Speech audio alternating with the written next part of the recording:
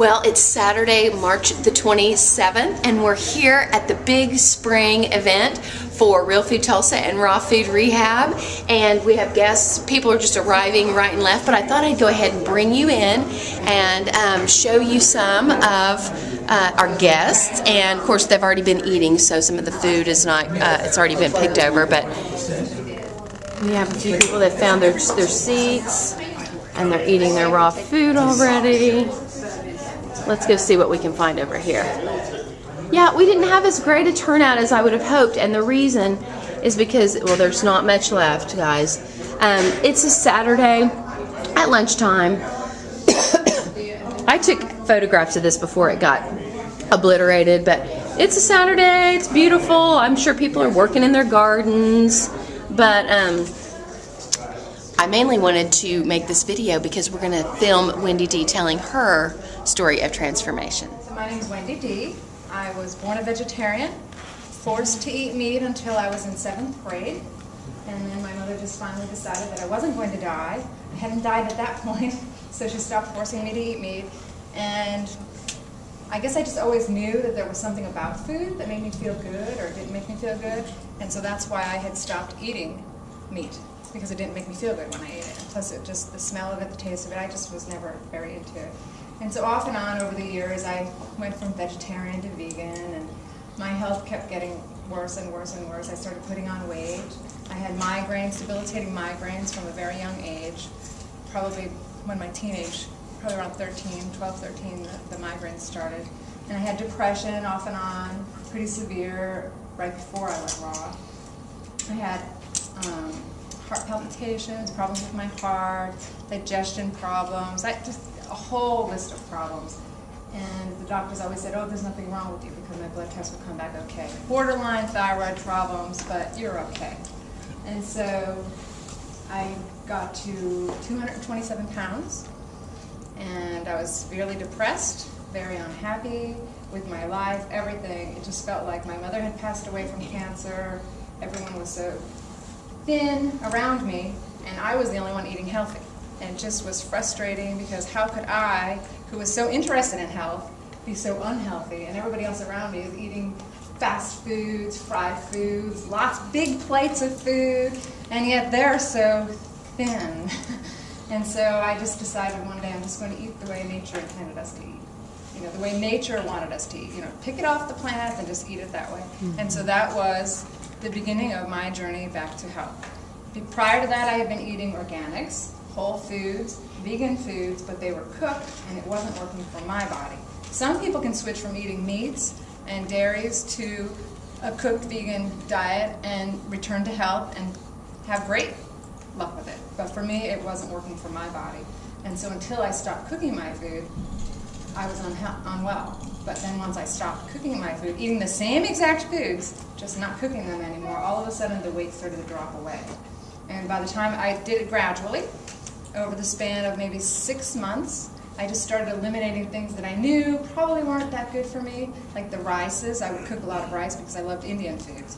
And so I stopped eating the rice. I eliminated that. And I eliminated any beans and soy. So I stopped eating that. And gradually started eating more and more of the raw foods. And when I went 100%, within 4 months, my whole body had changed. And you can see my pictures on my website.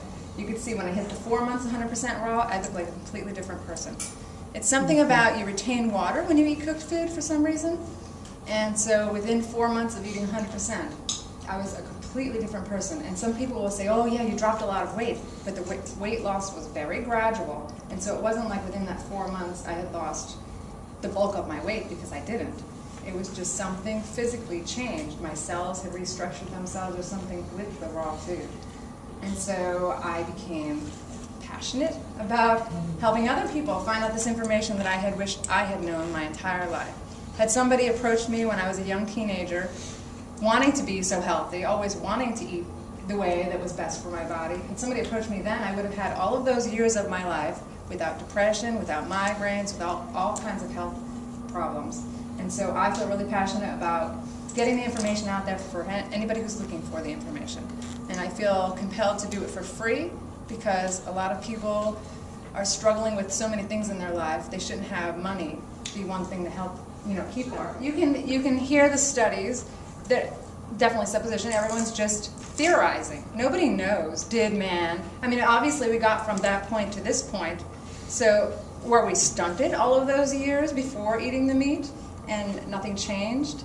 We don't know. There's no way to ever know that. But you'll find people on the other end of the spectrum saying, no, it was when the meat was entered into the diet that people stopped living so healthfully. Had they not ever introduced the meat, perhaps we would be superheroes right now. So you can get either side of the spectrum with that. Yeah. But again, it always comes down to how are you feeling. Right. If you eliminate the meat from your diet, do you feel better without it? And if you're not feeling better, is it because you're not adding in things that your body needs because you're not used to eating different foods to supplement what your body would need? But the thing I learned is that through the blood tests that you have done normally when they draw the blood, they're staining it and they're not looking at it live, your blood.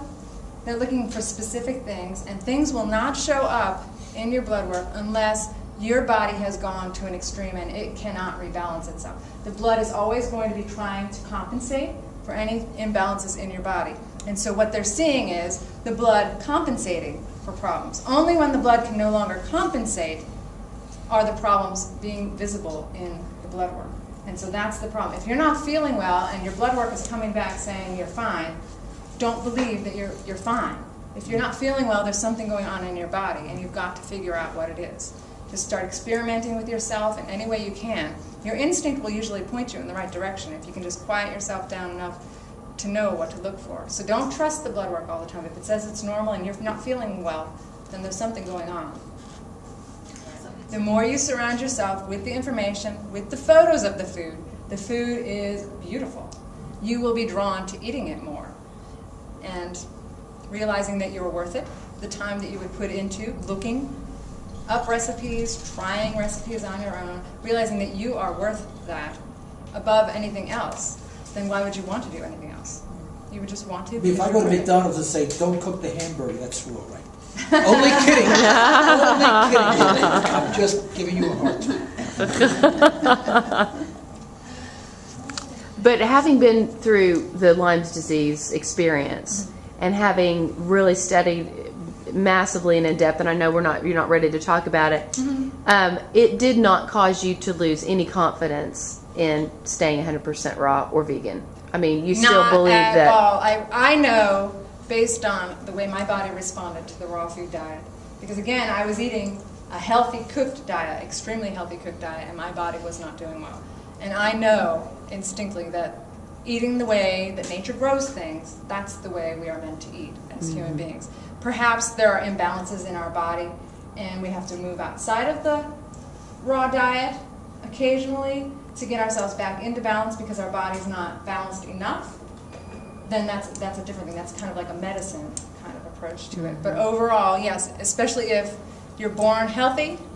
A lot of people are not born healthy, but if you're born healthy and you eat the raw diet, you will never, I swear, you will never have problems.